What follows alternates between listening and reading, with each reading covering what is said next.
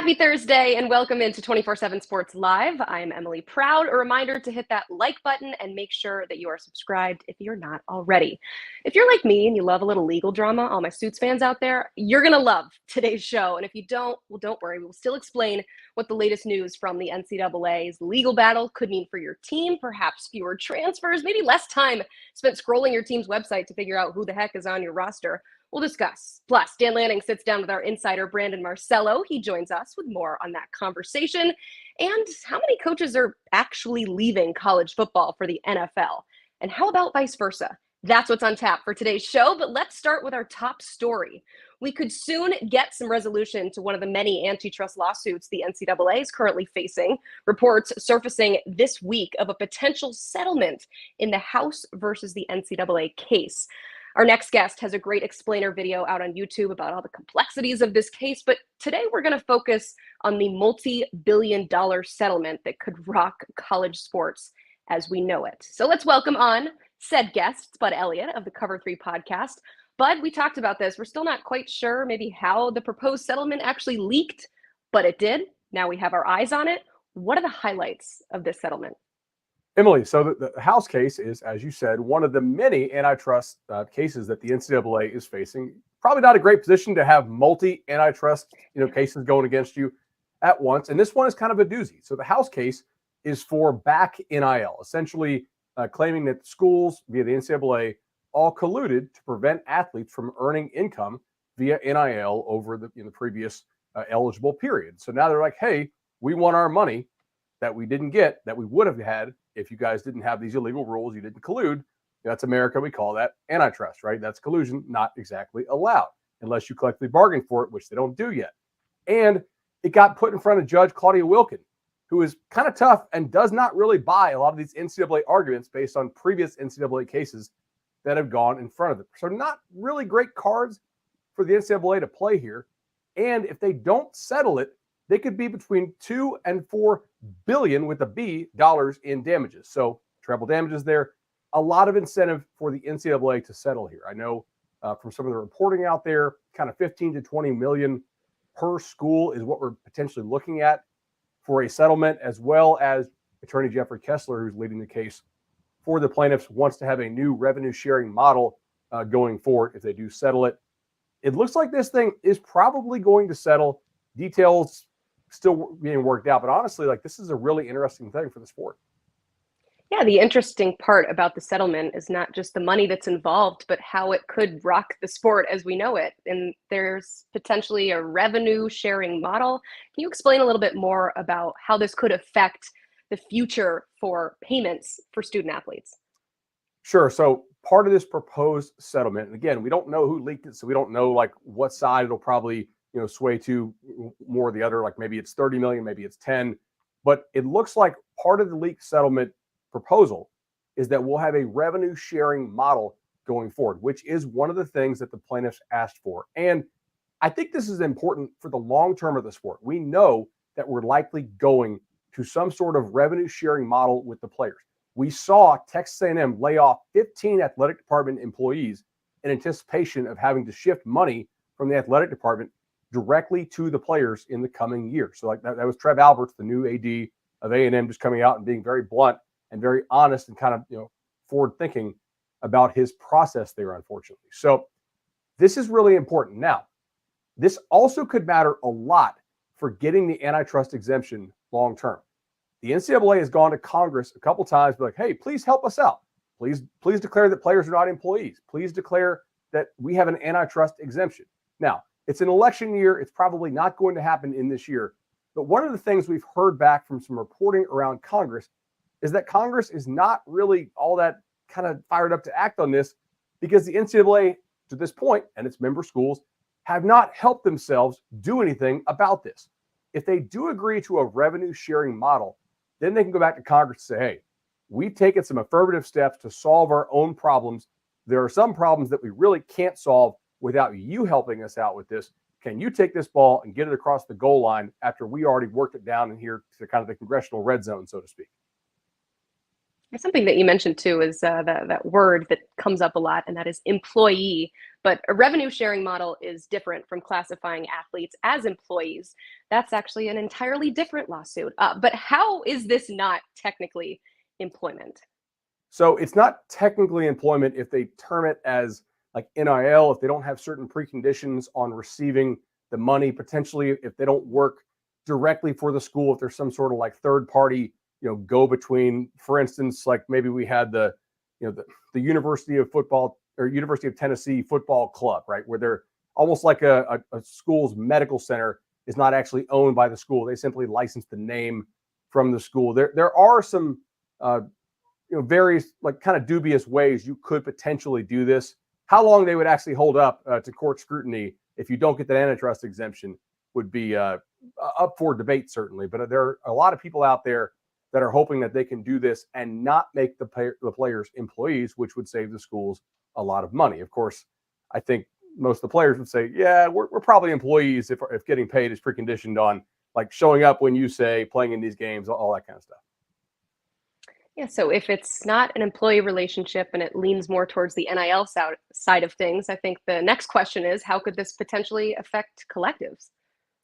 It's a really interesting question. I think what you will probably see is more schools looking to kind of claw back some of that control. And that's not saying that they are adversarial in nature with their relationship with collectives. I think a lot of schools have had decent or good relationships with their collectives, and their collectives stepped up at a much needed time to help them retain their players and, of course, maximize their marketing opportunities, of course, especially when it comes to transfer portal season. But I think a lot of schools would look to claw back a little bit of control, maybe bring those collectives in-house and kind of have the left hand talking to the right hand, know what they're doing. Okay, we're giving this much in revenue sharing. How much extra are we giving in NIL opportunities above and beyond, what the rev share is, if we are going to do anything at all? So I think in many cases, we will probably see collectives go in-house and become sort of a part of the university marketing arm in some ways at some schools. It seems like we've all kind of graduated from the initial pearl clutching of what's it going to be like when these student athletes get paid? What's, all of that going to be like? And more lean towards just the exhaustion from the player movement. Obviously, a lot of that has to do with NIL and the money that's being doled out. But I said it at the top of the show. I mean, we're as college football fans, sometimes it gets exhausting just going on the website and trying to figure out who's suiting up for my team this fall. So how could this revenue sharing model with programs potentially, hopefully, slow down that player movement? Emily, you nailed it. Contracts. If you have a guy locked in for 2 years, he can't go play for another team, right? I just signed with CBS for 2 years. I can't go do an ESPN thing half a year from now, right? Like, I'm locked in. That's how this will work for the players for the most part, just like professional leagues will. Now, you could say, what about buyouts? Couldn't you get bought out? I guess in theory, but I don't know that schools want to engage in buying players out of contracts. Of course, we also probably said that at some point in time about coaches, and we certainly see that. But yeah, I've never really had, like on Cover 3, I look at the chat all the time, the live chat, and shout out to the chat here on 247 Sports. But like, I never really see people complaining that much about the players getting paid. I see them complain a lot about the inability to form like a multi-year connection with players on their roster. Like, hey, I had high hopes for this guy as a freshman. Now I'm excited to see him as a sophomore. That part is somewhat being robbed of the sport. Now, I think it's good players have the right to move around. It's not always great for the actual sport if you can't form that connection with your roster. So having guys locked up on multi-year deals is probably a really good thing for building and maintaining fandom. Oh, 100%. We had a meeting actually this morning. I'm on the Belmont right there, my alma mater, the Hall of Fame committee. And we had this extensive conversation about what do we do with transfers? Are they considered to be part of the Hall of Fame, even if they were awesome for us and then left after a few years? And you just see so much player movement that, as you said, it's hard to build that connection. Elsewhere in the sport, we see a lot of movement when it comes to conference realignment. I do recommend fans go out and refamiliarize yourself with who's playing in which conference this year. But how could this settlement and the big changes coming to college football impact conference realignment? So this is really the coming change that was in large part the driving force behind Florida State and Clemson, suing the ACC to get out, right? From their perspective, let's take Clemson. If you're Clemson, you've won, 2 national titles in the last 10 years. You're doing a great job. You fill your stadium. Your talent acquisition operation's going great. You recruit your butts off. But what happens if all of a sudden player acquisition is like coach acquisition, and all of a sudden it's based on your revenue share. And South Carolina is bringing in 3 or 3.5x what you bring in. Same thing with Florida State. Like Florida State doesn't want to be in a spot where Mississippi State is making triple what FSU makes.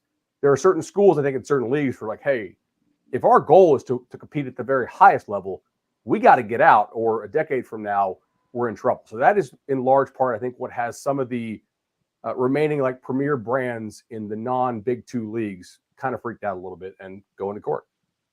It's the revenue part of the revenue share. If you're in a conference that doesn't bring as much revenue in, then potentially there's less to share with the athletes. Bud, thank you so much for making simple work of a very complicated situation. I'm looking forward to seeing more of your work. And of course, you can listen to him on the Cover 3 podcast, Bud and the Gang. They get you covered. Our CBS Sports College Football experts, insiders. They give you the best coverage all year long. And soon, I got to promo this, Bud's Summer School Series is coming out. Trust me, if you want to be the smartest fan this fall, you will want to make sure that you listen to that. Check out the Cover 3 podcast. Well, the grass is pretty darn green in Eugene. That's a quote, of course, from Oregon head coach Dan Lanning that will go down in infamy and on T-shirts. The vibes are still high for the head duck as he caught up with our 247 Sports national college football writer, Brandon Marcello, ahead of the NFL draft to talk about his former QB and his next.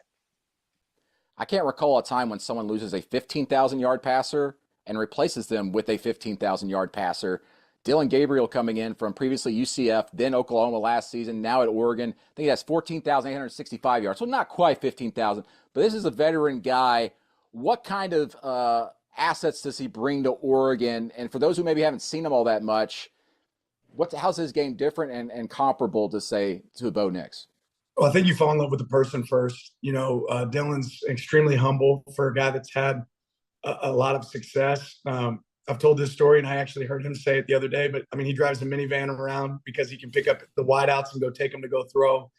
That's kind of the guy he is. He's a really humble guy, but he also has the confidence when he steps on the field. He's intelligent. He's smart, a great decision maker. Bo obviously was a great decision maker for us. I expect, those same things from Dylan on the field for us, but can articulate what he's thinking, shows leadership skills on the field. So really excited about what he can do for us. And now to welcome on one half of that conversation, our friend Brandon Marcello. You saw just a little bit of the snippet of your conversation with Dan Lanning, but just overall, what was your biggest takeaway from that conversation? Well, I'll say this. He's been building that roster immensely well. Through the transfer portal one, but mostly through high school recruiting. And I go back to 2 years ago when Oregon opened up against Georgia, and Kirby Smart for Georgia just straight up said, they don't have the type of talent to compete with us right now. And he says, even Dan Lanning would admit that to you. And Dan would say that to you. But as he mentions in the interview later with me, Dan also says, well, I could have done a better job coaching. But the fact of the matter is that Oregon didn't have the talent, the depth in the trenches, and the speed at the skilled positions. They had a few guys, but not many. But these last 2 to 3 years in recruiting have been their best by far they've had in their history. In the top 10 these last 2 years, and you look at them, they are reloading, restocking things more so than they have in the past. Look at their defensive front, for example. They lose 5 of their top 7 defensive linemen from last season. Big loss, right? Well, guess what? Every player in their 2 deep along that defensive front is a blue chip, a 4 or 5 star player. That's never been the case before at Oregon. The Ducks are locked and they're loaded to be championship contenders year in and year out, like you see from some of those big-time SEC programs, because Dan Lanning, formerly the defensive coordinator at Georgia, is building that team much in the same type of image that Kirby Smart had. They're big and they're fast. I love that. And we've obviously talked a lot about Oregon in this offseason, both in the recruiting cycle and in the transfer portal. They, of course, had that major haul at the quarterback position with both Dylan Gabriel, who we just talked about, and Dante Moore. So the fact that they've built this big roster through Dan Lanning, that's, of course, something that we're interested in. But what is something that maybe he said that surprised you a little bit from this convo? Well, a lot of coaches, they won't say this, but you talk to them a little bit. A lot of them chase stars, right? But they don't necessarily just chase the star ratings. They chase the players that other programs are going after. So they go, hey, Alabama's going after this 5-star kid. We should go after him. Or we should go after this 3-star kid because Alabama's on him all of a sudden. There isn't really a lot of creativity and guys actually breaking down film nowadays. And I think the coaches, they don't want to admit that, but that's what's going on. And Dan Lanning and his crew take a lot of great pride in being able to watch tape and identify guys that they believe will be blue chip prospects once they get on campus. Some of them aren't when they go after them, and they end up becoming blue chip prospects later in the process as we get better evaluations of them, whether at 247Sports or other outlets. So I find that very interesting because it's very easy for a lot of programs that are quote unquote maybe on the second tier. And Oregon's not on the second tier, but programs that kind of follow the lead in the pack. I've heard so many stories in the past about teams offering someone just because a rival did or someone else in their conference did, and they haven't even really watched film on the kid at all. That's not happening at Oregon at all. It's organic from the ground up. We are evaluating players and deciding from there whether to go after them. And it has proven fruitful again and again for Dan Lanning. Again, top 10 classes back to back, the best run they've been on. And you look at the transfer portal too, the guys that got coming in to complement. I mean, as I said in that interview, have we ever seen a school lose a 15,000-yard career passer and be replaced immediately by a 15,000-yard passer? No. And Oregon is doing the right things that got the system in place to really not miss a step. And in fact, this team might actually be better this season than it was last year with the tremendous Bo Nix leading that roster. Yeah, that says a lot. He kind of smirked too when you pointed that out. Like, yeah, that's pretty nice that I was able to pull that off. And it definitely makes his job a lot easier. This is such a great conversation. I highly recommend you go check it out on the 247 Sports YouTube channel. That's where you are right now. But don't go anywhere because we're still going to ask Brandon some questions because he is hard at work in the off season. You're currently working on your yearly coaching audit to kind of study those trends among college and NFL coaches. Always so interesting. The piece doesn't come out till next week, but we're going to get a little preview here. This is the third year that you've done it. What's something that you've noticed about this latest audit? A lot of anecdotal evidence out there, people saying, well, coaches are sick of working in college football, a transfer portal, it's working them to death, and they're all leaving to the NFL, right? Well, go look for some hard numbers. Well, that's what I do. It's spreadsheet season for me. So here's what I can tell you, give you a little peek behind the curtain. We've never had as many college coaches leave for the NFL ever in the modern history here. 34 coaches and counting, potentially could be more, 34 coaches and counting left college football to take jobs in the NFL. It's a big number, the highest it's been, an increase, of course, year to year to year. In fact, the numbers have increased each of the last 3 years. What's the correlation there? What's the trend? Well, transfer portal, player movement is unrestricted right now. NIL, work-life balance is just non-existent for college football coaches right now. It never really has been, but it's worse now than it ever has been. And talking to coaches, that's the thing you keep hearing from them is that I don't know how to handle my staff and say, hey, you're going to be able to go spend some time with your family. Some of these coaches, head coaches, had to be very creative, in fact, and have said, I'm letting them bring their kids and their wives into the office while they're working just to be able to see them and hang out with them. It's crazy out there. And meanwhile, NFL coaches do go coach college football. They leave the NFL to go to college, right? But those numbers are down this year compared to last year. Once again, there's numbers proving that some of these college coaches aren't just looking to get out, they are getting out. I think if you look at it from a fan perspective, especially when it comes to the head coaches, I am not talking about the analysts and the assistant coaches, but fans look at it and they go, well, you're getting paid millions of dollars, so you got to handle it. How difficult is it to get some of those coaches to truly open up to you about this when I know that they're trying to hold back and say, well, I can't make excuses, right? I'm getting paid for this. Well, the head coaches aren't really the ones complaining. And I'll tell you that even behind the scenes a little bit, because they say, listen, that's why I'm getting the big bucks. That's why I wanted this job. They would like a better work-life balance, but that's just not going to happen. A lot of these guys, I would say, they're more worried about position coaches and their coordinators and them being chased off. And also the younger guys coming through as coaches right now, the guys in their upper 20s to low 30s who are getting their first big gig as a position coach. They don't want those guys to get burned out before they reach their mid-30s when they should be the next hot name as a head coach potentially. That's an issue right now. That's what they're really worried about. Now, there are some things that could help with this. Of course, we're talking about revenue sharing earlier with Bud Elliott here on the show. Potentially, that'll mean less player movement, and then maybe we could actually have some structure in college football when it comes to work-life balance, not having to recruit 24/7 all the time. But having said that, there are some things that could immediately help. And by that, I mean the increase of staff size for on-field coaches. They're moving forward with allowing analysts to be on-field coaches, which will take some of the burden off of the position coaches when they're on the field in practice. But that's not necessarily the be-all, end-all, fix-all for all of this. But again, we're seeing incremental changes that could potentially help these coaches. But again, some of these head coaches are even saying, screw it. I'm going to go do something else. We saw it with head coaches leaving for coordinator spots, going to South Carolina. And of course, the big one, Chip Kelly leaving UCLA to go be the OC for Ohio State. This will continue, I believe, until the system is fixed. But here's the thing, Emily. It looks like, I hate to put the hope out there, maybe false hope, but it looks like this thing might actually have something of a remedy within the next 2 years, because the key here is the revenue and sharing piece. If that happens with players, I think player movement will not be as frequent, and that's going to help coaches with the work-life balance tremendously.